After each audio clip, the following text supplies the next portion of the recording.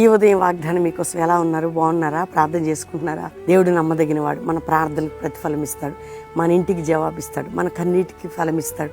ఈరోజు మీరు ఏ స్థితిలో ఉన్నా ఎప్పుడు ఇలా ఉంటారని ఎందుకు అనుకోవాలి? మీరు నా బ్రతికింతే, నా కుటుంబం ఇంతే, నేను ఎందుకు పనికిరాని అనుకోకండి. ఏదో ఒక రోజు నీకంటే ఒక మంచి దినం. రూతు గ్రంథం 4:12 నువ్వు క్షేమము నుండి ఖ్యాతి నొందుదుగాక. ఎందుకు ఆ మాట అన్నాడు? ఎండిపోయిన జీవితం రూతు జీవితం, చేదనుభవం నయోమిది, బోయాజు లైఫ్ ఎంత బ్లెస్సింగ్ ఆ కుటుంబానికి వచ్చింది. అంటే దేవుడు ఒక్కరిని బట్టి ఒకరికి ఆ బ్లెస్సింగ్, నిన్ను బట్టి దీవించబోతున్నాడు దేవుడు.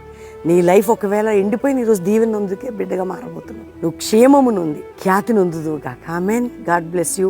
ఈ మాట నీ పట్ల నా పట్ల నెరవేర్చబడిన గాక. ప్రార్థన చేసుకుందాం. తండ్రి, రక్షణ లేని వారికి రక్షణ అయ్యా, పడిపోయిన వారిని తిరిగి లేపు, చేదు అనుభవం మధురంగా మార్చి, రోగ వ్యాధి బాధ చింత నుంచి ఏ కండిషన్లో ఉన్న వారిని స్వస్థపరిచి విడిపించు.